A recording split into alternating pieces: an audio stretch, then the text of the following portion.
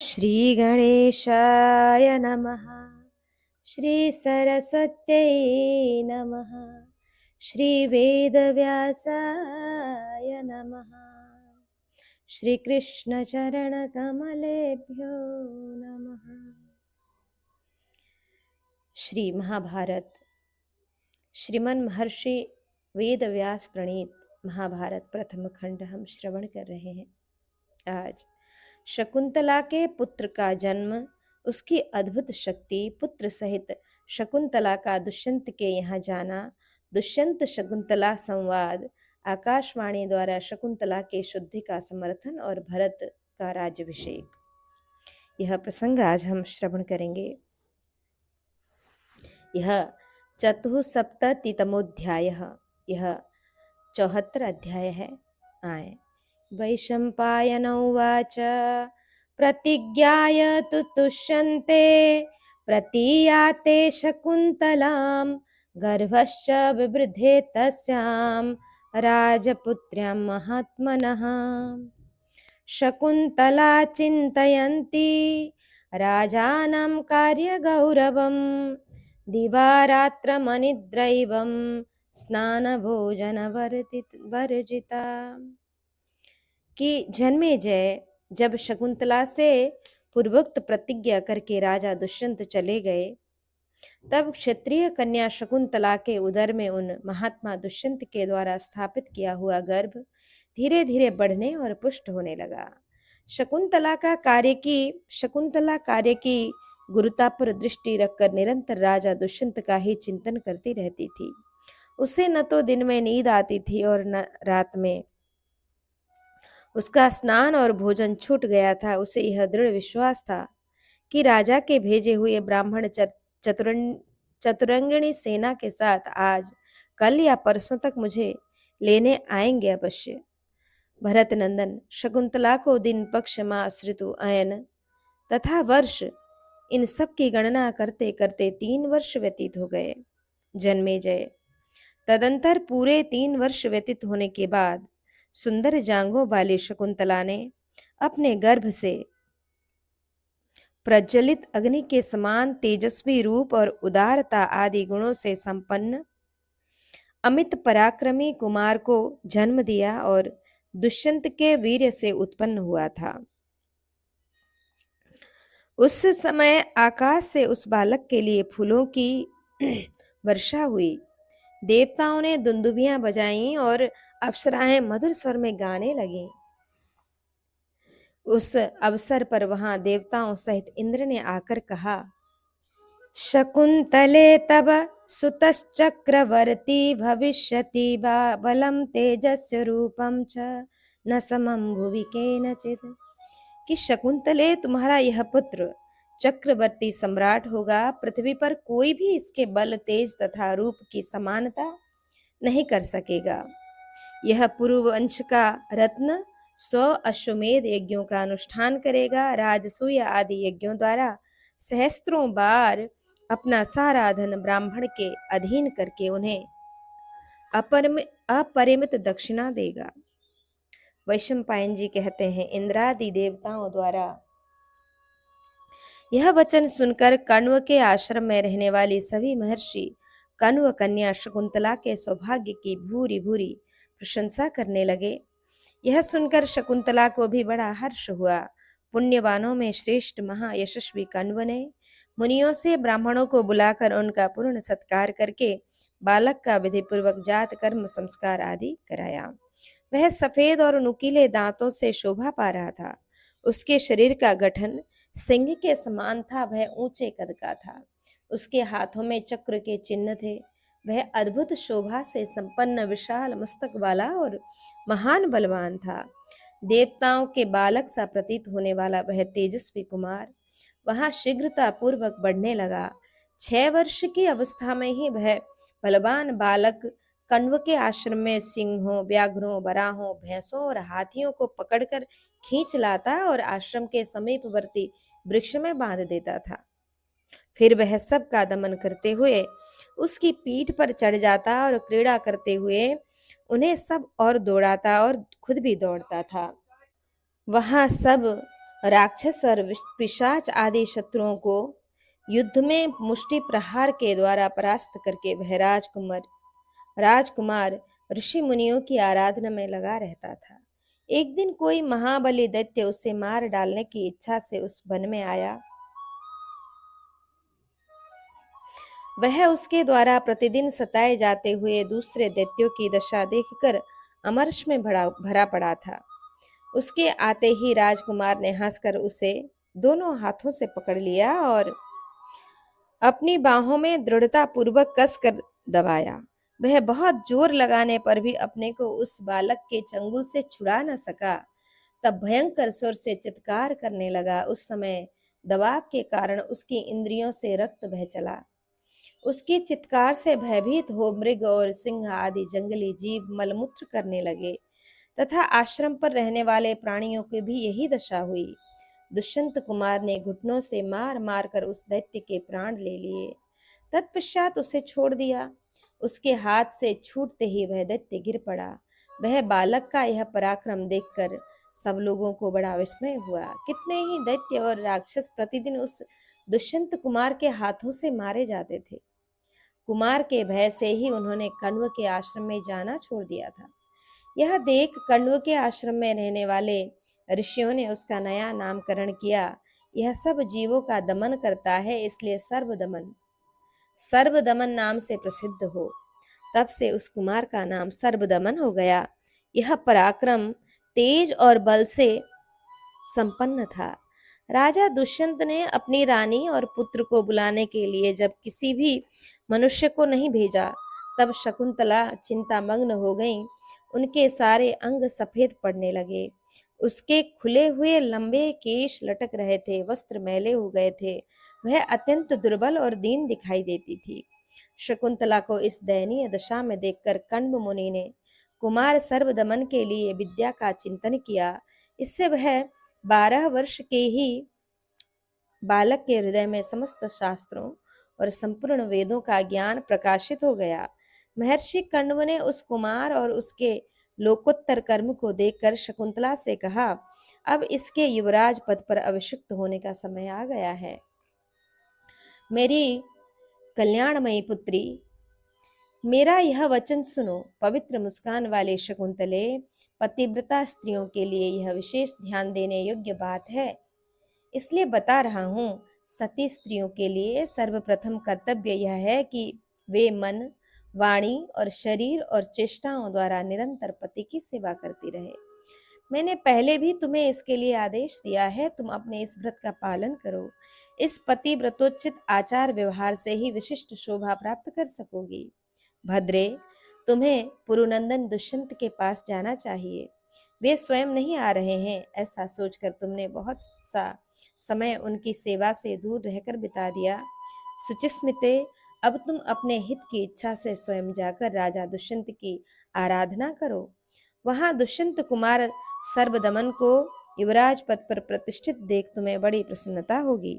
देवता, गुरु, क्षत्रिय, स्वामी तथा साधु पुरुष, इनका संग विशेष हितकर है। अतः बेटी, तुम्हें मेरा प्रिय करने की इच्छा से कुमार के साथ अवश्य अपने पति के यहाँ जाना चाहिए। मैं अपने चरणों की शपथ दिलाकर कहता हूँ कि तुम मुझे मेरी इस आज्ञा के विपरीत कोई उत्तर न देना। वैशंपायन जी कहते हैं कि पुत्री से ऐसा कहकर महर्षि कण्व ने उसके पुत्र भरत को दोनों बाहों से पकड़कर अंक में भर लिया और उसका मस्तक सूंघ कर कहा कि वत्स, चंद्रवंश में दुष्यंत नाम से प्रसिद्ध एक राजा हैं। पवित्र व्रत का पालन करने वाली यह तुम्हारी माता उन्हीं की महारानी है।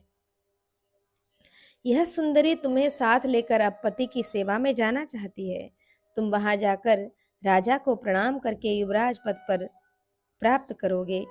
वे महाराज दुष्यंत ही तुम्हारे पिता हैं।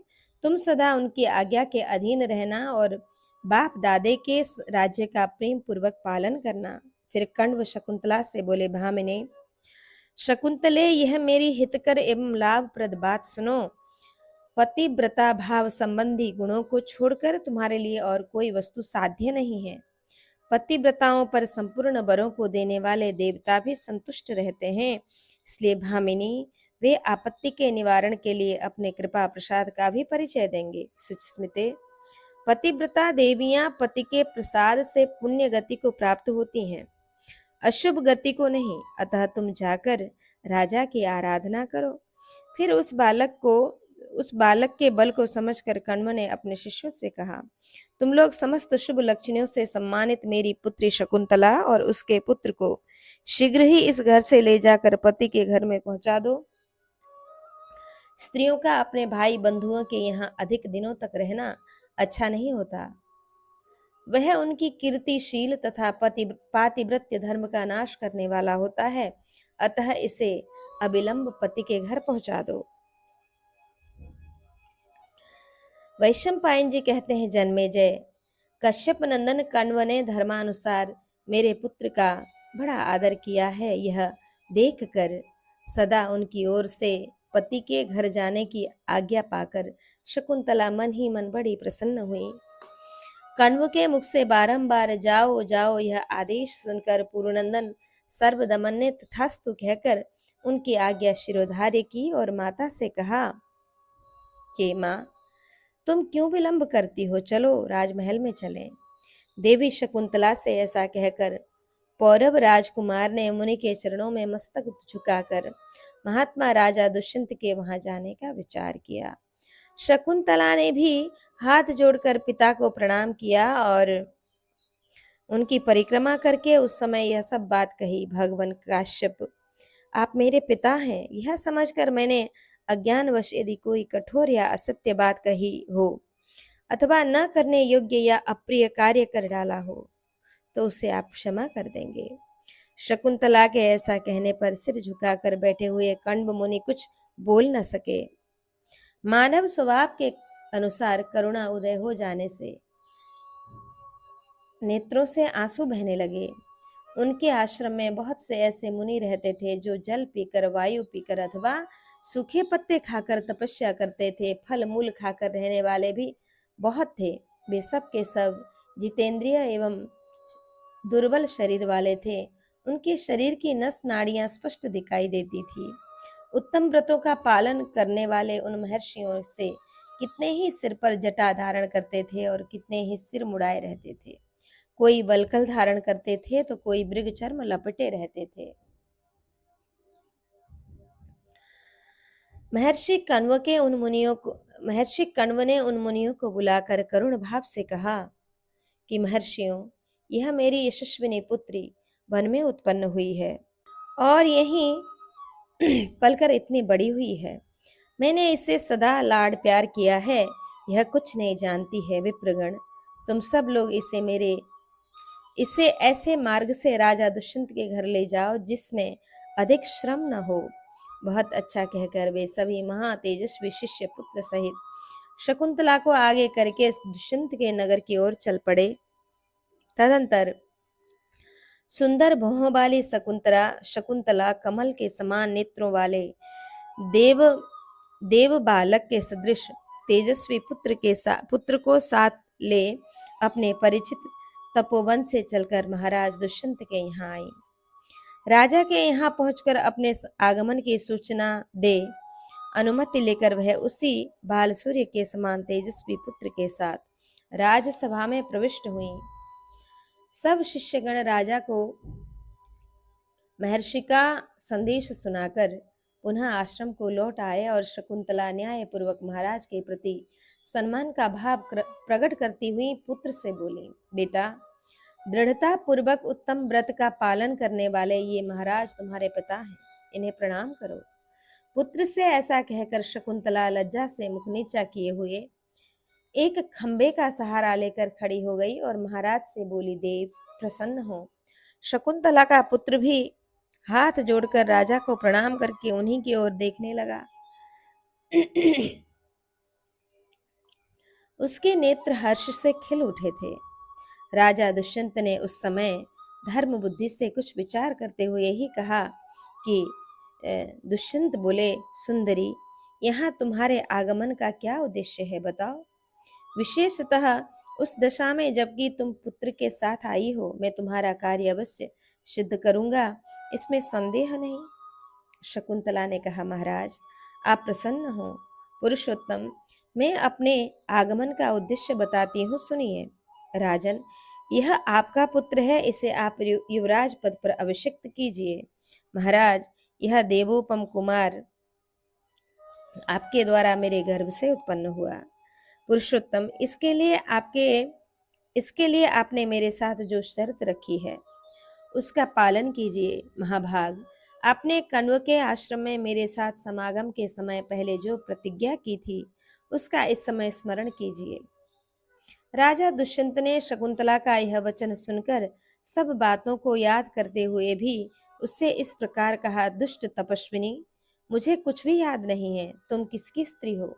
तुम्हारे साथ मेरा धर्म, काम अथवा अर्थ को लेकर वैवाहिक संबंध स्थापित हुआ है, इस बात का मुझे तनिक भी स्मरण नहीं है।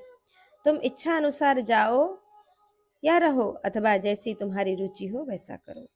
सुंदर अंग वाली तपस्विनी शकुंतला दुष्यंत के ऐसा कहने पर लज्जित हो दुख से बेहोश सी हो गई और खंबे की तरह निश्चल भाव से खड़ी रह गई। क्रोध और अमर्ष से उसकी आंखें लाल हो गईं, होठ फड़फड़ाने लगे और मानो जला देगी। इस भाव से टेढ़ी चितवन द्वारा राजा की ओर देखने लगी।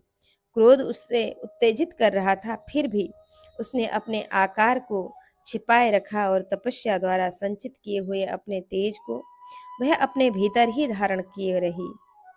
वह 2 घड़ी तक कुछ सोच विचार सा करती रही, फिर दुख और अमर्ष में भरकर पति की ओर देखते हुए क्रोध पूर्वक बोली, महाराज, आप जानबूझकर भी दूसरे दूसरे निम्न कोटि के मनुष्यों की भांति निशंक होकर ऐसी बातें क्यों कहते हैं कि मैं नहीं जानता? इस विषय में यहाँ क्या झूठ है और क्या सच, इस बात को आपका हृदय ही जानता होगा। उसी को साक्षी बनाकर हृदय पर हाथ रखकर सही सही बात कहिए, जिससे आपका कल्याण हो। आप अपने आत्मा की अवहेलना न कीजिए। आपका स्वरूप तो कुछ और है, परंतु आप बन कुछ और रहे हैं। जो अपनी असली स्वरूप को छिपाकर अपने को कुछ का कुछ दिखाता है, अपने आत्मा का अपहरण करने वाले उस चोर ने कौन सा पाप नहीं किया। आप समझ रहे हैं कि उस समय मैं अकेला था, कोई देखने वाला नहीं था, परंतु आपको पता नहीं कि वह सनातन मुनि परमात्मा सबके हृदय में अंतर्यामी रूप से विद्यमान है। वह सबके पाप पुण्य को जानते हैं और आप उसी के निकट रहकर पाप कर रहे हैं। जो सदा असत्य से दूर रहने वाले हैं, उन समस्त साधु पुरुषों की दृष्टि में केवल धर्म ही हितकारक है। धर्म कभी दुखदायक नहीं होता। मनुष्य पाप करके वह यह समझता है कि मुझे कोई नहीं जानता, किंतु उसका वह समझना भारी भूल है, क्योंकि सब देवता और अंतर्यामी परमात्मा भी मनुष्य के उस पाप पुण्य को देखते और जानते हैं। सूर्य, चंद्रमा, वायु, अग्नि, अंतरिक्ष, पृथ्वी, जल, हृदय, यमराज, दिन रात, दोनों संध्याएं और धर्म, ये सभी मनुष्य के भले बुरे आचरण व्यवहार को जानते हैं। जिस पर हृदय स्थित कर्म साक्षी क्षेत्रज्ञ परमात्मा संतुष्ट रहते हैं, सूर्य पुत्र यमराज उसके सभी पापों को स्वयं नष्ट कर देते हैं। परंतु जिस दुरात्मा पर अंतर्यामी संतुष्ट नहीं होते, यमराज उस पापी को उसके पापों का स्वयं ही दंड देते हैं। जो स्वयं अपने आत्मा का तिरस्कार करके कुछ का कुछ समझता है और करता है, देवता भी उसका भला नहीं कर सकते और उसका आत्मा भी उसके हित का साधन नहीं कर सकता। मैं स्वयं आपके पास आई हूँ, ऐसा समझकर मुझ पतिव्रता पत्नी का तिरस्कार न कीजिए। मैं आपके द्वारा आदर पाने योग्य हूँ और स्वयं आपके निकट आई हूँ। आप ही की पत्नी हूँ, तथापि आप मेरा आदर नहीं करते हैं। आप किस लिए नीच पुरुष की भांति भरी सभा में मुझे अपमानित कर रहे हैं? मैं सुने जंगल में तो नहीं रो रही हूँ, फिर आप मेरी बात क्यों नहीं सुनते? महाराज दुष्यंत, यदि मेरे उचित याचना करने पर भी आप मेरी बात नहीं मानेंगे, तो आज आपके सिर के सैकड़ों टुकड़े हो जाएंगे। पति ही पत्नी के भीतर गर्भ रूप से प्रवेश करके पुत्र रूप में जन्म लेता है। यही जाया जन्म देने वाली स्त्री का जायत्व है, जिसे पुराण वेत्ता विद्वान जानते हैं। शास्त्र के ज्ञाता पुरुष के इस प्रकार जो संतान उत्पन्न होती है, वह संतति परंपरा द्वारा अपने पहले के मरे हुए पितामहों का उद्धार कर देती है। पुत्र पुत्र नामक नरक से पिता का त्राण करता है, इसलिए साक्षात ब्रह्मा जी ने उसे पुत्र कहा। मनुष्य पुत्रों से पुण्य लोकों पर विजय पाता है, पौत्रों से अक्षय सुख का भागी होता है तथा पौत्र के पुत्र से प्रपितामह गण आनंद के भागी होते हैं। वही भार्या है जो घर के काम काज में कुशल हो, वही भार्या है जो संतानवती हो, वही भार्या है जो अपने पति को प्राणों के समान प्रिय मानती हो, और वही भार्या है जो पतिव्रता हो। भार्या पुरुष का आधा अंग है, भार्या उसका सबसे उत्तम मित्र है। भार्या धर्म अर्थ और काम का मूल है, और संसार सागर से तरने की इच्छा वाले पुरुष के लिए भार्या ही प्रमुख साधन है। जिनके पत्नी हैं वे ही यज्ञ आदि कर्म कर सकते हैं।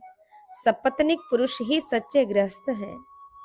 पत्नी वाले पुरुष सुखी और प्रसन्न रहते हैं तथा जो पत्नी से युक्त हैं वे मानो लक्ष्मी से संपन्न हैं, क्योंकि पत्नी ही घर की लक्ष्मी भी है। पत्नी ही एकांत में प्रिय वचन बोलने वाली संगिनी या मित्र है।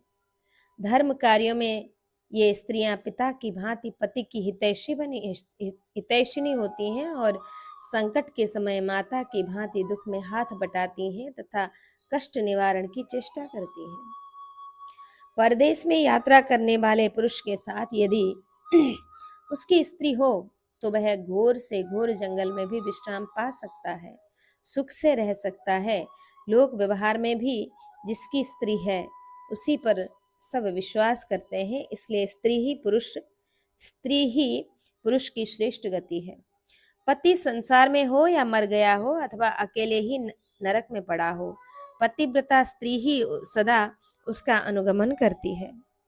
साध्वी स्त्री यदि पहले मर गई तो परलोक में जाकर वह पति की प्रतीक्षा करती है। यदि पहले पति मर गया हो तो सती स्त्री पीछे से उसका अनुसरण करती है। राजन, इसलिए सुशीला स्त्री का पाणी ग्रहण करना सबके लिए अभिष्ट होता है, क्योंकि पति अपनी पतिव्रता स्त्री को यह लोक में तो पाता ही है, परलोक में भी प्राप्त करता है। पत्नी के गर्भ से अपने द्वारा उत्पन्न किए हुए आत्मा को ही विद्वान पुरुष पुत्र कहते हैं। इसलिए मनुष्य को चाहिए कि वह अपनी उस धर्म पत्नी को पुत्र की माता बन चुकी है माता के ही समान देखे। सबका अंतरात्मा ही सदा पुत्र नाम से प्रतिपादित होता है। पिता की जैसी चाल होती है जैसे रूप, चेष्टा, आवर्त, भंवर और लक्षण आदि होते हैं, पुत्र में भी वैसा ही चाल और वैसे ही रूप, लक्षण आदि देखे जाते हैं। पिता के संपर्क से ही पुत्रों में शुभ अशुभ शील, गुण एवं आचार आदि आते हैं। जैसे दर्पण में अपना मुंह देखा जाता है, उसी प्रकार पत्नी के गर्भ से उत्पन्न हुए अपने आत्मा को ही पुत्र रूप में देखकर पिता को वैसा ही आनंद होता है जैसा पुण्यात्मा पुरुष को स्वर्गलोक की प्राप्ति हो जाने पर होता है। जैसे धूप से तपे हुए जीव जल में स्नान कर लेने पर शांति का अनुभव करते हैं, उसी प्रकार जो मानसिक दुख और चिंताओं की आग में जल रहे हैं तथा जो नाना प्रकार के रोगों से पीड़ित हैं, वे मानव अपनी पत्नी के समीप होने पर आनंद का अनुभव करते हैं।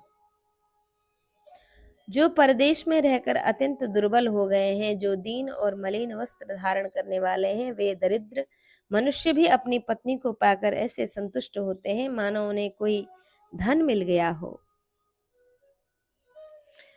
रति, प्रीति तथा धर्म पत्नी के ही अधीन है। ऐसा सोचकर पुरुष को चाहिए कि वह कुपित होने पर भी पत्नी के साथ कोई अप्रिय बर्ताव न करे। पत्नी अपना आधा अंग है, यह श्रुति का वचन है। वह धन, प्रजा, शरीर, लोक यात्रा, धर्म, स्वर्ग, ऋषि तथा पितर इन सब की रक्षा करती है। स्त्री पति के आत्मा के जन्म लेने पर सनातन पुण्य क्षेत्र है। ऋषियों में भी क्या शक्ति है कि बिना स्त्री के संतान उत्पन्न कर सके। जब पुत्र धरती की धूल में सना हुआ पास आता और पिता के अंगों से लिपट जाता है, उस समय जो सुख मिलता है उससे बढ़कर और क्या हो सकता है। देखिए, आपका यह पुत्र स्वयं आपके पास आया है और प्रेम पूर्ण तिरछी चितवन से आपकी ओर निहार रहा है और आपकी गोद में बैठने के लिए उत्सुक है। फिर आप किस लिए इसका तिरस्कार करते हैं? चींटियां भी अपने अंडों का पालन ही करती हैं, उन्हें फोड़ती नहीं। फिर आप धर्म के धर्मज्ञ होकर अपने पुत्र का भरण पोषण क्यों नहीं करते? मेरे अपने ही अंडे हैं ऐसा समझकर कौवे कोयल के अंडों का भी पालन पोषण करते हैं। फिर आप सर्वज्ञ होकर अपने से ही उत्पन्न हुए ऐसे सुयोग्य पुत्र का सम्मान क्यों नहीं करते? लोग मलयागिरी के चंदन को अत्यंत शीतल बताते हैं, परंतु गोद में सटाए हुए शिशु का स्पर्श चंदन से भी अधिक शीतल एवं सुखद होता है। अपने शिशु पुत्र को हृदय से लगा लेने पर उसका स्पर्श जितना सुखदायक जान पड़ता है, वैसा सुखद स्पर्श तो न तो कोमल वस्त्रों का है और न रमणीय सुंदरियों का ही है और न शीतल जल का ही है। मनुष्यों में ब्राह्मण श्रेष्ठ हैं, चतुष्पदों चौपाइयों में गौ श्रेष्ठतम है, गौरवशाली व्यक्तियों में गुरु श्रेष्ठ है और स्पर्श करने योग्य वस्तुओं में पुत्र ही सबसे श्रेष्ठ है। आपका यह पुत्र देखने में कितना प्यारा है, यह आपके अंगों से लिपटकर आपका स्पर्श करे। संसार में पुत्र के स्पर्श से बढ़कर सुखदायक स्पर्श और किसी का भी नहीं है। शत्रुओं का दमन करने वाले सम्राट, मैंने पूरे 3 वर्षों तक अपने गर्भ में धारण करने के पश्चात आपके इस पुत्र को जन्म दिया है।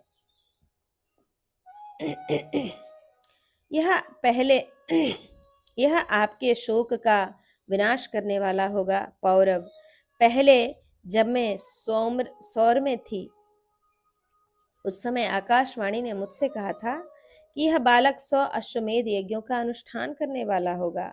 प्रायः देखा जाता है कि दूसरे गांव की यात्रा करके लौटते हुए मनुष्य घर आने पर बड़े स्नेह से पुत्र को गोद में उठा लेते हैं और उनके मस्तक पर सूंघकर आनंदित हो जाते हैं। पुत्रों के जात कर्म संस्कार के समय वेदज्ञ ब्राह्मण जिस वैदिक मंत्र समुदाय का उच्चारण करते हैं, उसे आप भी जानते हैं। उस मंत्र समुदाय का भाव इस प्रकार है: हे बालक, तुम मेरे अंग अंग से प्रकट हुए हो, हृदय से उत्पन्न हुए हो, तुम पुत्र नाम से प्रसिद्ध मेरे आत्मा ही हो। अतः वत्स, तुम 100 वर्षों तक जीवित रहो। मेरा जीवन तथा अक्षय संतान परंपरा भी तुम्हारे ही अधीन है। अतः पुत्र, तुम अत्यंत सुखी होकर 100 वर्षों तक जीवन धारण करो। यह बालक आपके अंगों से उत्पन्न हुआ है, मानो एक पुरुष से दूसरा पुरुष प्रकट हुआ है। निर्मल सरोवर में दिखाई देने वाले प्रतिबिंब की भांति अपने द्वितीय आत्मरूप इस पुत्र को देखिए। जैसे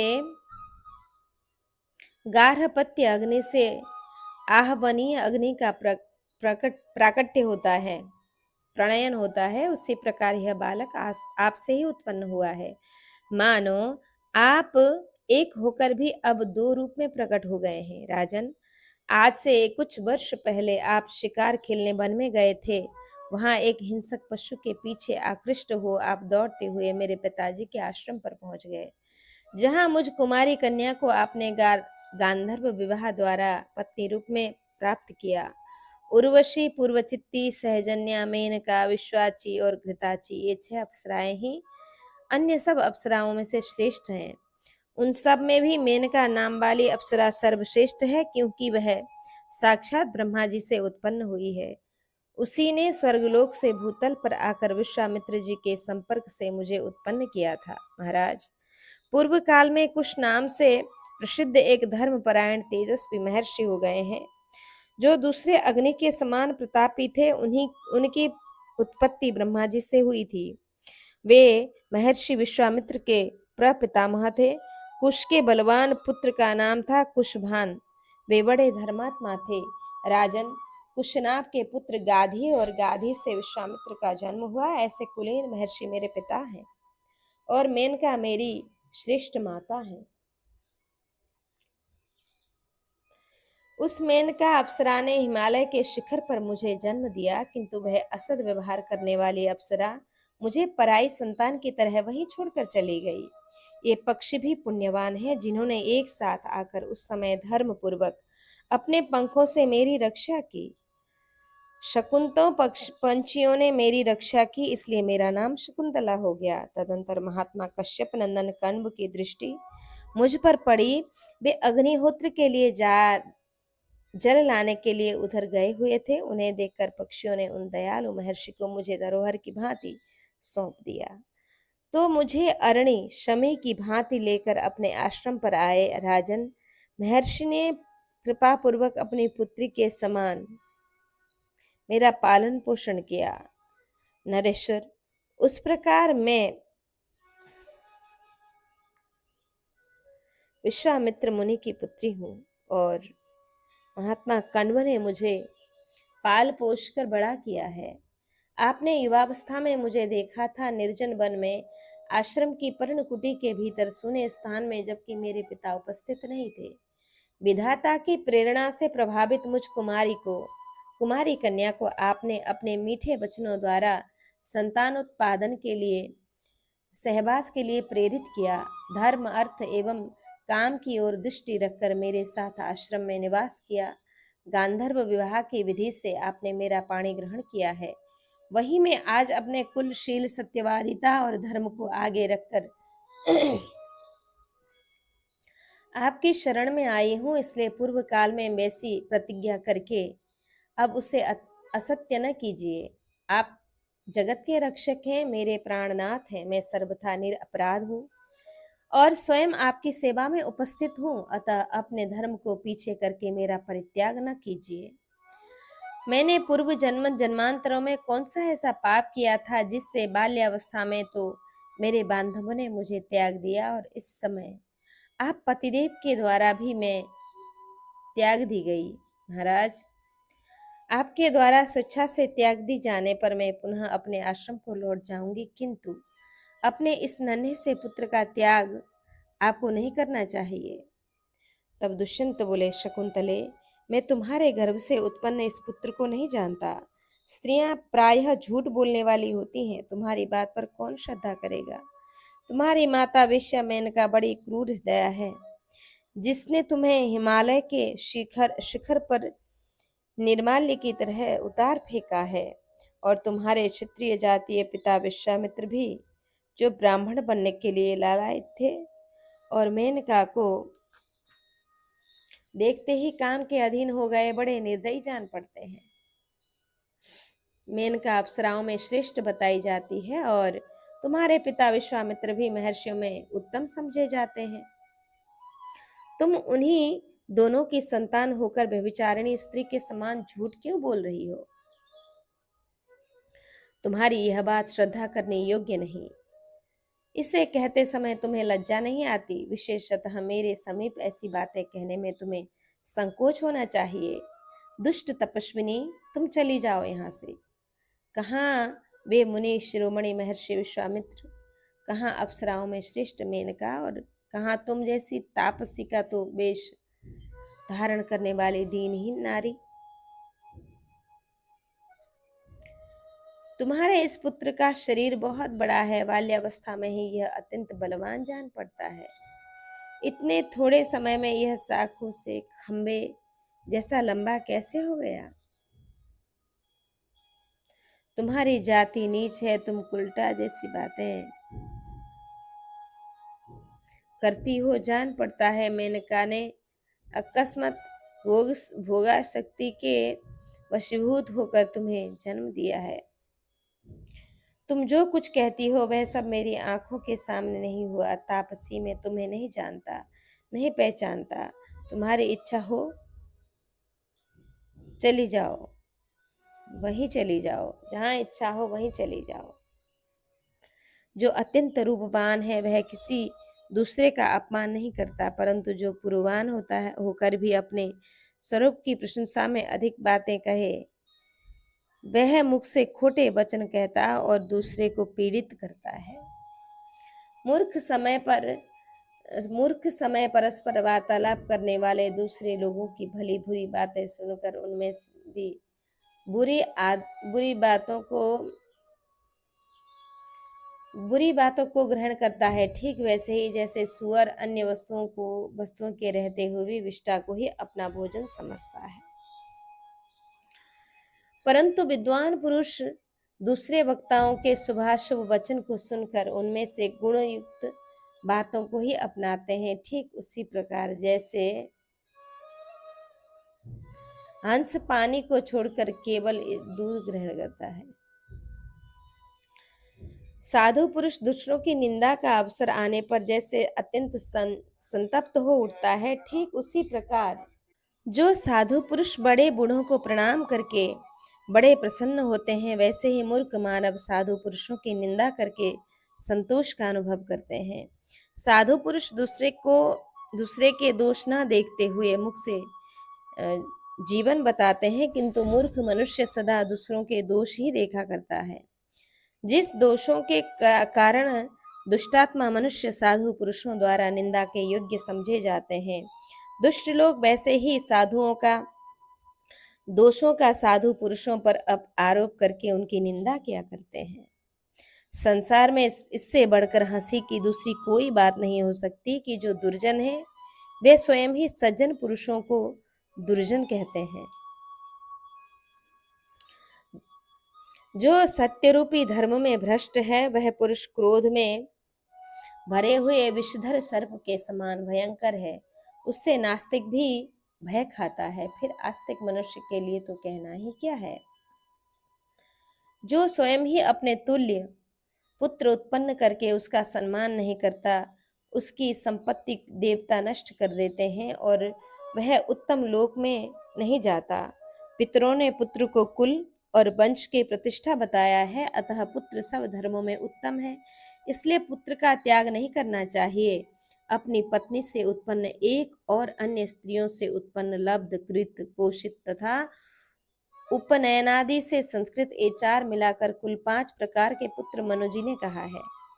ये सभी पुत्र मनुष्य को धर्म और कीर्ति की प्राप्ति कराने वाले तथा मन की प्रसन्नता को बढ़ाने वाले होते हैं। पुत्र धर्म रूपी नौका का आश्रय ले अपने पितरों का नरक से उद्धार करता है। अतः नृपश्रेष्ठ, आप अपने पुत्र का परित्याग न करें। पृथ्वी पते नरेंद्र प्रवर, आप अपने आत्म सत्य और धर्म का पालन करते हुए अपने सिर से कपट का बोझ उठा दें।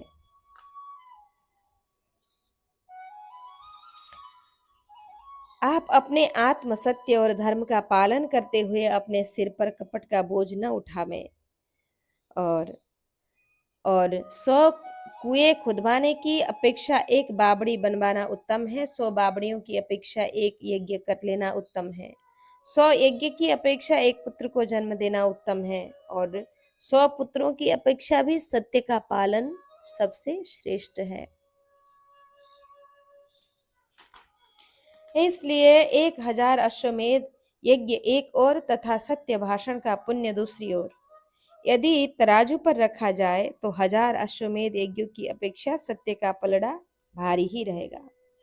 राजन, संपूर्ण वेदों का अध्ययन और समस्त तीर्थों का स्नान भी सत्य वचन की समानता कर सकेगा या नहीं, इसमें संदेह है।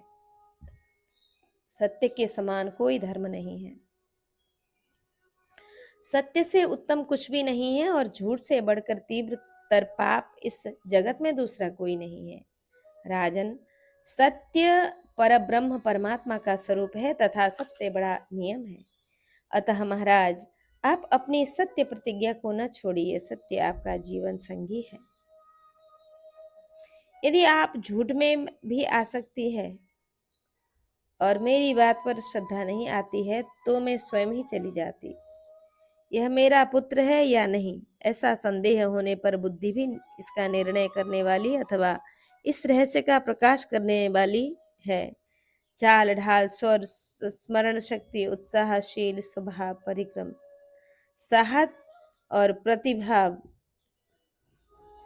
आवर्त, भंवर तथा रोमाबादी, जिसकी ये वस्तुएं जिसमें समर्थ मिलती जुलती हों, वह उसी का पुत्र है। इसमें संशय नहीं है राजन। आपके शरीर से पूर्ण समानता लेकर आपके शरीर से पूर्ण समानता लेकर यह बिंब की भांति प्रकट हुआ है और आपको तात कहकर पुकार रहा है। आप इसकी आशा न तोड़ें। महाराज दुष्यंत, मैं एक बात कह देती हूँ। आपके सहयोग के बिना मेरा यह पुत्र चारों समुद्रों से घिरी हुई गिरिराज हिमालय की मुकुट से सुशोभित समूची पृथ्वी का शासन करेगा। देवराज इंद्र का वचन है, शकुंतले, तुम्हारा पुत्र चक्रवर्ती सम्राट होगा। यह कभी मिथ्या नहीं हो सकता। यद्यपि देवदूत आदि बहुत से साक्षी बताए गए हैं, तथापि इस समय वे क्या सत्य है और क्या असत्य, इसके विषय में कुछ नहीं कह रहे हैं। अतः साक्षी के अभाव में यह भाग्यहीन शकुंतला जैसे आई है वैसे ही लौट जाएगी। वैशंपायन जी कहते हैं, जन्मेजय, राजा दुष्यंत के इतनी बात कहकर शकुंतला वहां से चलने को उद्यत हुई। इतने में ही ऋत्विज, पुरोहित, आचार्य और मंत्रियों से घिरे हुए दुष्यंत को संबोधित करते हुए आकाशवाणी हुई कि दुष्यंत, माता तो केवल भांति धोखनी के समान है। पुत्र पिता का ही होता है, क्योंकि जिसके द्वारा उत्पन्न होता है वह उसी का स्वरूप होता है। इस न्याय से पिता ही पुत्र रूप में परिणित होता है, उत्पन्न होता है। अतः दुष्यंत, तुम पुत्र का पालन करो, शकुंतला का अनादर मत करो। पौरव पुत्र साक्षात अपना ही शरीर है। वह पिता के संपूर्ण अंगों से उत्पन्न होता है। वास्तव में वह पुत्र नाम से प्रसिद्ध अपना आत्मा ही है, ऐसा कि वैशंपायन जी कहते हैं, भारत। इस प्रकार देवदूत के वचन से उस बालक की शुद्धता प्रमाणित करके राजा दुष्यंत ने हर्ष और आनंद में मग्न हो उस समय अपने उस पुत्र को ग्रहण किया। तदंतर महाराज दुष्यंत ने पिता को जो जो कार्य करते रहे वे सब उपायों के द्वारा उपनयन संस्कार आदि बड़े आनंद और प्रेम के साथ करके उस पुत्र के लिए और कुल की मर्यादा के अनुसार सारी चीजें कराई और उसका मस्तक सूंघकर अत्यंत प्रेम पूर्वक उसे हृदय से लगा लिया। उस समय ब्राह्मणों ने उन्हें आशीर्वाद दिया और जो बंदी जनों ने उनके गुण गाए। महाराज ने पुत्र स्पर्श जनित परम आनंद का अनुभव किया। दुष्यंत अपनी पत्नी शकुंतला का भी धर्म पूर्वक आदर सत्कार किए और उसे समझाते हुए कहा, देवी, मैंने तुम्हारे साथ जो विवाह संबंध स्थापित किया था उसे साधारण जनता नहीं जानती थी। अतः तुम्हारी शुद्धि के लिए ही मैंने यह उपाय सोचा था। देवी, तुम निसंदेह पतिव्रता हो। ब्राह्मण, क्षत्रिय, वैश्य और शूद्र ये सभी पृथक पृथक तुम्हारा पूजन समादर करेंगे। यदि इस प्रकार तुम्हारी शुद्धि न होती तो लोग यही समझते कि तुमने स्त्री स्वभाव के कारण कामवश मुझसे संबंध स्थापित कर लिया और मैंने भी काम के अधीन होकर तुम्हारे पुत्र को राज्य पर बिठाने की प्रतिज्ञा कर ली। हम दोनों के धार्मिक संबंध पर किसी का विश्वास नहीं होता, इसलिए यह उपाय सोचा गया। प्रिय विशाल लोचने, तुमने भी कुपित होकर जो मेरे लिए अत्यंत अप्रिय वचन कहे हैं, वे सब मेरे प्रति तुम्हारा अत्यंत प्रेम होने के कारण ही कहे गए हैं। अतः शुभे, मैंने वह सब अपराध तुम्हारा क्षमा कर दिया। विशाल नेत्रों वाली देवी, इस प्रकार तुम्हें भी मेरे कहे हुए असत्य, अप्रिय, कटु एवं पाप पूर्ण दुर्वचनों के लिए मुझे क्षमा कर देना चाहिए। पति के लिए क्षमा भाव धारण करने से स्त्रियां पतिव्रत्य धर्म को प्राप्त होती हैं। जन्मेजय, अपनी प्यारी रानी से ऐसी बात कहकर दुष्यंत राजा ने अन्न, पान और वस्त्र आदि के द्वारा उनका सत्कार स्वागत किया। तदंतर वे अपनी माता रथंतरिया के पास जाकर बोले, माँ, यह मेरा पुत्र है जो वन में उत्पन्न हुआ है। यह तुम्हारे शोक का नाश करने वाला होगा। शुभे, तुम्हारे इस पौत्र को पाकर आज मैं पितृ ऋण से मुक्त हो गया। महाभागे, यह आपकी ही पुत्र वधू है। महर्षि विश्वामित्र ने इसे जन्म दिया और महात्मा कण्व ने पाला है। तुम शकुंतला पर कृपा दृष्टि रखो।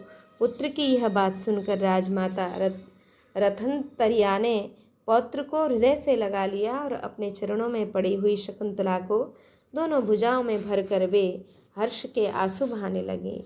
साथ ही पौत्र शुभ लक्षणों की ओर संकेत करती हुई बोली, विशालाक्षी, तेरा पुत्र चक्रवर्ती सम्राट होगा। तेरे पति को तीनों लोकों पर विजय प्राप्त हो। तुम्हारी सुंदरी तुम्हें सदा दिव्य भोग प्राप्त होते रहें। यह कहकर राजमाता रथंतरिया अत्यंत हर्ष से विभोर हो उठी। उस समय राजा ने शास्त्रोक्त विधि के अनुसार समस्त आभूषणों से विभूषित शकुंतला को पटनानी के पद पर अभिषिक्त करके ब्राह्मणों तथा सैनिकों को बहुत धन अर्पित किया। तदंतर महाराज दुष्यंत ने शकुंतला कुमार का नाम भरत रखकर उसे युवराज के पद पर अभिषिक्त कर दिया। फिर भरत को राज्य का भार सौंपकर महाराज दुष्यंत कृतकृत्य हो गए। वे पूरे 100 वर्षों तक राज्य भोग कर विविध प्रकार के दान दे अंत में स्वर्गलोक सिधार गए। महात्मा राजा भरत विख्यात चक्र के विशेषणों से यहाँ यही अनुमान होता है कि भरत के पास सुदर्शन चक्र के समान ही कोई चक्र था कि सब और घूमने लगा। वह अत्यंत प्रकाशमान, दिव्य और अजेय था। वह महान चक्र अपनी भारी आवाज से संपूर्ण जगत को प्रतिध्वनित करता चलता था। उन्होंने सब राजाओं को जीतकर अपने अधीन कर लिया तथा सत्पुरुषों के धर्म का पालना और उत्तम यश का उपार्जन किया। महाराज भरत समस्त भूमंडल में विख्यात प्रतापी एवं चक्रवर्ती सम्राट थे। उन्होंने देवराज इंद्र की भांति बहुत से यज्ञों का अनुष्ठान किया। महर्षि कण्व ने आचार्य होकर भरत से प्रचुर दक्षिणाओं से युक्त गोवितत नामक अश्वमेध यज्ञ का विधिपूर्वक अनुष्ठान करवाया। श्रीमान भरत ने उस यज्ञ का पूरा फल प्राप्त किया। उसमें से महाराज भरत ने आचार्य कण्व को 1 सहस्त्र पद्य स्वर्ण मुद्राएं दक्षिणा रूप में दी। भरत से ही इस भूखंड का नाम भारत अथवा भूमि का नाम भारती हुआ। इसी से यह कौरव वंश भरत वंश के नाम से प्रसिद्ध हुआ। उसके बाद उस कुल में पहले तथा आज भी जो राजा हो गए हैं वे भरतवंशी कहे जाते हैं। भरत के कुल में देवताओं के समान पराक्रमी तथा ब्रह्मा जी के समान तेजस्वी बहुत से राजर्षि हो गए, जिनके संपूर्ण नामों की गणना असंभव है। इसलिए जन्मेजय, इनमें जो मुख्य हैं उन्हीं के नामों का तुमसे वर्णन करूंगा। वे सभी महाभाग नरेश देवताओं के समान तेजस्वी तथा सत्य, सरलता आदि धर्मों में तत्पर रहने वाले थे। इस प्रकार श्री महाभारत आदि पर्व के अंतर्गत संभव पर्व में शकुंतला पाख्यान विषयक 74वां अध्याय यहाँ पूरा हुआ। अब हम 75तमोध्याय 75 अध्याय श्रवण करेंगे। यहाँ दक्ष, वैवस्वत मनु तथा उनके पुत्रों की उत्पत्ति, पुरुरवा, नहुष और ययाति के चरित्रों का संक्षेप में वर्णन है। वैशंपायन उवाच प्रजापतेस्तु दक्षस्य मनुर्वैवस्वतस्य च भरतस्य कुरो पुरो राजमेढस्य चानघ।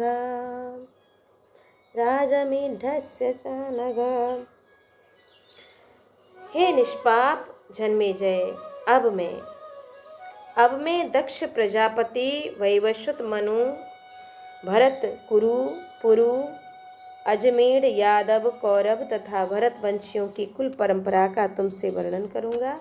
उनका कुल परंपरा पवित्र, महान, मंगलकारी तथा धन, यश और आयु की प्राप्ति कराने वाला है। प्रचेता के 10 पुत्र थे जो अपने तेज के द्वारा सदा प्रकाशित होते थे। वे सब के सब महर्षियों के समान तेजस्वी, सत्पुरुष और पुण्यकर्मा माने गए हैं। उन्होंने पूर्व काल में अपने मुख से प्रकट की हुई अग्नि द्वारा उन बड़े बड़े वृक्षों को जलाकर भस्म कर दिया था जो प्राणियों को पीड़ा दे रहे थे। उक्त 10 प्रचेताओं द्वारा मारीशा के गर्भ से प्राचेतस दक्ष का जन्म हुआ तथा दक्ष से ये समस्त प्रजाएं उत्पन्न हुई। नरश्रेष्ठ, वे संपूर्ण जगत के पितामह हैं। प्राचेतस मुनि दक्ष ने बारिणी से समागम करके अपने ही समान गुणशील वाले 1000 पुत्र उत्पन्न किए। वे सब के सब अत्यंत कठोर व्रत का पालन करने वाले थे। 1 सहस्त्र की संख्या में प्रकट हुए उन दक्ष पुत्रों को देवर्षि नारद ने मोक्ष शास्त्र का अध्ययन कराया, परम उत्तम सांख्य ज्ञान का उपदेश किया। जन्मेजय, जब वे सभी विरक्त होकर घर से निकल गए तब प्रजा की सृष्टि करने की इच्छा से प्रजापति दक्ष ने पुत्रिका के द्वारा पुत्र दौहित्र होने पर उस पुत्रिका को ही पुत्र मानकर 50 कन्याएं उत्पन्न की। उन्होंने 10 कन्याएं धर्म को, 13 कश्यप को और काल का संचालन करने में नियुक्त नक्षत्र स्वरूपा 27 कन्याएं चंद्रमा को ब्याह दी। मारीची नंदन कश्यप ने अपनी 13 पत्नियों में से जो सबसे बड़ी दक्ष कन्या अदिति थी, उनके गर्भ से इंद्र आदि 12 आदित्यों को जन्म दिया और जो बड़े पराक्रमी थे। तदंतर उन्होंने अदिति से ही विश्ववान को जन्म दिया और विश्ववान के पुत्र यम हुए और जो वैवस्वत मनु कहलाए। वे समस्त प्राणियों के नियंता हैं। विवस्वान के ही पुत्र परम बुद्धिमान मनु हुए जो बड़े ही प्रभावशाली हैं। मनु के बाद उनके यम नाम की पुत्री हुई जो सर्वत्र विख्यात है। यमराज मनु के छोटे भाई तथा प्राणियों का नियमन करने में समर्थ बुद्धिमान मनु बड़े धर्मात्मा थे, जिन पर सूर्यवंश की प्रतिष्ठा हुई। मानवों से संबंध रखने वाला यह मनुवंश उनसे विख्यात हुआ। उन्हीं मनु से ब्राह्मण, क्षत्रिय आदि सब मानव उत्पन्न हुए। महाराज, तभी से ब्राह्मण कुल क्षत्रियों से संबंध हुआ। उनमें से ब्राह्मण जातीय मानवों ने 6 अंगों वाले वेदों का धारण किया। वेन, दृष्णु, नरिष्यंत, नाभाग, इक्ष्वाकु, कारुष, शर्याती, 8वीं इला, 9वें क्षत्रिय, धर्म परायण पृषद्र तथा 10वें नाभागारिष्ट। इन 10 को पुत्र मनु कहा जाता है और मनु के इस पृथ्वी पर 50 पुत्र हुए हैं, परंतु आपस की फूट के कारण वे सब के सब नष्ट हो गए, ऐसा हमने सुना है। तदंतर उन्होंने अदिति से ही विवस्वान को उत्पन्न किया। विवस्वान के पुत्र यम हुए जो वैवस्वत मनु कहलाए। वे समस्त प्राणियों के नियंता हैं। विवस्वान के पुत्र परम बुद्धिमान मनु हुए जो बड़े प्रभावशाली हैं। मनु के बाद यम नामक पुत्री हुई जो सर्वत्र विख्यात है। मनु के इस पृथ्वी पर 50 पुत्र हुए, परंतु आपस की फूट के कारण वे सब के सब नष्ट हो गए, ऐसा हमने सुना है। तदंतर इला के गर्भ से विद्वान पुरुरवा का जन्म हुआ। सुना जाता है इला पुरुरवा की माता थी और पिता भी थी। राजा पुरुरवा समुद्र के 13 द्वीपों का शासन और उपभोग करते थे। महायशस्वी पुरुरवा मनुष्य होकर भी मानवेतर प्राणियों से घिरे रहते थे। वे अपने बल पराक्रम से उत्तम हो ब्राह्मणों के साथ विवाद करने लगे। बेचारे ब्राह्मण चीखते चिल्लाते रहते थे तो भी उनका सारा धन रत्न छीन लेते थे। जन्मेजय, ब्रह्मलोक से सनत कुमार जी ने आकर उन्हें उपदेश दिया, बहुत समझाया और ब्राह्मणों पर अत्याचार न करने का उपदेश दिया, किंतु वे उनकी शिक्षा ग्रहण न कर सके। तब क्रोध में भरे हुए उन महर्षियों ने तत्काल उन्हें शाप दे दिया, जिससे वे नष्ट हो गए। राजा पुरुरवा लोभ से अभिभूत थे और बल के घमंड में आकर अपनी विवेक शक्ति खो बैठे थे। वे शोभापाली नरेश भी गंधर्वों में स्थित और विधि पूर्वक स्थापित त्रिविध अग्नियों को उर्वशी के साथ इस धरती तल पर लाए थे। ये इलानंदन पुरुरवा के 6 पुत्र उत्पन्न हुए, जिनके नाम इस प्रकार हैं: आयु, धीमान, अमावसु, दृढ़ायु, वनायु और शतायु। ये सभी उर्वशी के पुत्र हैं। उनमें से आयु के सौरभानु के गर्भ से उत्पन्न 5 पुत्र बताए हैं: नहुष, बुद्ध शर्मा, रजी गए और अनेला तथा अनेना। आयुर नंदन नहुष बड़े बुद्धिमान और सत्य पराक्रमी थे। पृथ्वीपते उन्होंने अपने विशाल राज्य का धर्म पूर्वक शासन किया। पितरों, देवताओं, ऋषियों, ब्राह्मणों, गंधर्वों, नागों, राक्षसों तथा ब्राह्मण, क्षत्रिय और वैश्यों का भी पालन इन्होंने किया। राजा नहुष ने झुंड के झुंड डाकुओं, लुटेरों का वध करके ऋषियों को भी कर देने के लिए विवश कर दिया। अपने इंद्रत्व काल में पराक्रमी नहुष ने महर्षियों को पशु की तरह वाहन बनाकर उनकी पीठ पर सवारी की थी। उन्होंने तेज, तप, ओज और पराक्रम द्वारा समस्त देवताओं को तिरस्कृत करके इंद्र पद का उपभोग किया था। राजा नहुष ने 6 प्रियवादी पुत्रों को जन्म दिया, जिनके नाम इस प्रकार हैं: यति, ययाति, संयाति, अयति और ध्रुव। इनमें यति योग का आश्रय लेकर ब्रह्मभूत मुनि हो गए। तब नहुष के दूसरे पुत्र सत्य पराक्रमी ययाति सम्राट हुए। उन्होंने इस पृथ्वी का पालन तथा बहुत से यज्ञों का अनुष्ठान किया। वास्तव में इनकी माता इलाही थी। जन्म से पिता चंद्रमा के पुत्र हो गए थे, परंतु इला जब पुरुष रूप में परिणित हुई तो उसका नाम सुधुम्न हुआ। सुधुम्न ने ही पुरुरवा को राज्य दिया था, इसलिए वे पिता भी कहे जाते हैं। महाराज, ययाति किसी से परास्त होने वाले नहीं थे। वे सदा मन और इंद्रियों को संयम में रखकर बड़े भक्ति भाव से देवताओं तथा पितरों का पूजन करते थे और समस्त प्रजा पर अनुग्रह करते थे। महाराज जन्मेजय, राजा ययाति के देवयानी और शर्मिष्ठा के गर्भ से महान धनुर्धर पुत्र उत्पन्न हुए। वे सभी समस्त गुणों के भंडार थे।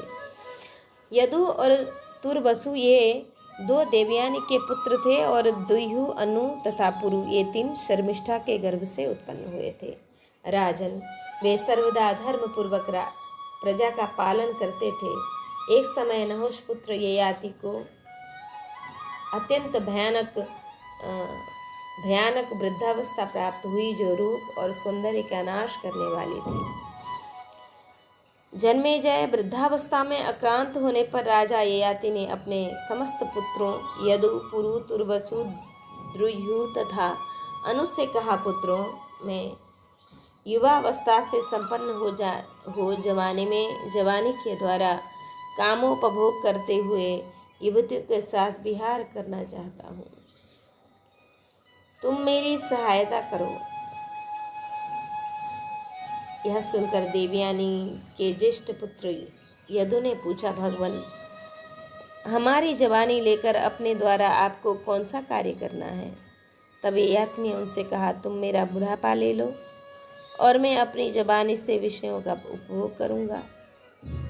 पुत्रों, अब तक मैं दीर्घकालीन यज्ञों के अनुष्ठान में लगा रहा और अब मुनिवर शुक्राचार्य के शाप से बुढ़ापे ने मुझे धर दबाया है, जिससे मेरा काम रूप पुरुषार्थ छिन्न भिन्न हो जाएगा।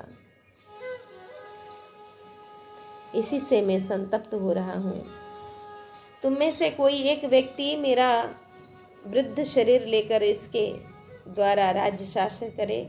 मैं नूतन शरीर पाकर युवावस्था से संपन्न हो विषयों का भोग करूंगा। राजा के ऐसा कहने पर भी यदु आदि 4 पुत्र उनकी वृद्धावस्था न ले सके। तब सबसे छोटे पुत्र सत्य पराक्रमी पुरु ने कहा, राजन, आप मेरे नूतन शरीर से नौजवान होकर विषयों का उपभोग कीजिए। मैं आपकी आज्ञा से बुढ़ापा लेकर राज्य सिंहासन पर बैठूंगा। पुरु के ऐसा कहने पर राजर्षि ययाति ने तप और वीर्य के आश्रय से अपनी वृद्धावस्था अपने महात्मा पुत्र पुरु में संचार कर दिया। ययाति स्वयं पुरु की नई अवस्था लेकर नौजवान बन गए। इधर पुरु भी राजा ययाति की अवस्था लेकर उसके द्वारा राज्य का पालन करने लगे। तदंतर किसी से परास्त न होने वाले सिंह के समान पराक्रमे नृपश्रेष्ठ ययाति 1 सहस्त्र वर्ष तक युवावस्था में स्थित रहे। उन्होंने अपने दोनों पत्नियों के साथ दीर्घ काल तक विहार करके चैत्र रथ वन में जाकर विश्वाची अप्सरा के साथ रमण किया। परंतु उस समय भी महायशस्वी ययाति काम भोग से तृप्त न हो सके। राजन, उन्होंने मन से विचार कर निश्चय कर लिया कि विषयों के भोगने से भोगिच्छ कभी शांत नहीं हो सकती है। तब राजा ने संसार के हित के लिए यह गाथा गाई। विषय भोग की इच्छा विषयों का उपभोग करने से कभी शांत नहीं हो सकती। घी की आहुति डालने से अधिक प्रज्वलित होने वाली आग की भांति वह और भी बढ़ती ही जाती है। रत्नों से भरी हुई सारी पृथ्वी, संसार का सारा सुवर्ण, सारे पशु और सुंदरी स्त्रियां किसी एक पुरुष को मिल जाएं तो भी वे सब के सब उसके लिए पर्याप्त नहीं होंगे। वह और भी पाना चाहेगा, ऐसा समझकर शांति धारण करे, भोगिच्छा को दबा दे। जब मनुष्य मन, वाणी और क्रिया द्वारा सभी प्रकार से कभी किसी भी प्राणी के प्रति बुरा भाव नहीं करता, तब वह ब्रह्म को प्राप्त हो सकता है। जब सर्वत्र ब्रह्म दृष्टि होने के कारण यह पुरुष किसी से नहीं डरता और जब उससे भी दूसरे प्राणी नहीं डरते, तथा जब वह न तो किसी की इच्छा करता है और न किसी से द्वेष ही रखता है, उस समय वह ब्रह्म को प्राप्त हो जाता है। जन्मेजय परम बुद्धिमान महाराज ययाति ने इस प्रकार भोगों की निसारता का विचार करके बुद्धि के द्वारा मन को एकाग्र किया और पुत्र से अपना बुढ़ापा वापस ले लिया। पुरु को उसकी जवानी लौटाकर राजा ने उसे राज्य पर अभिषिक्त कर दिया और भोगों से अतृप्त रहकर ही मनुष्य अपने पुत्र पुरु से कहा कि वैशंपायन उवाच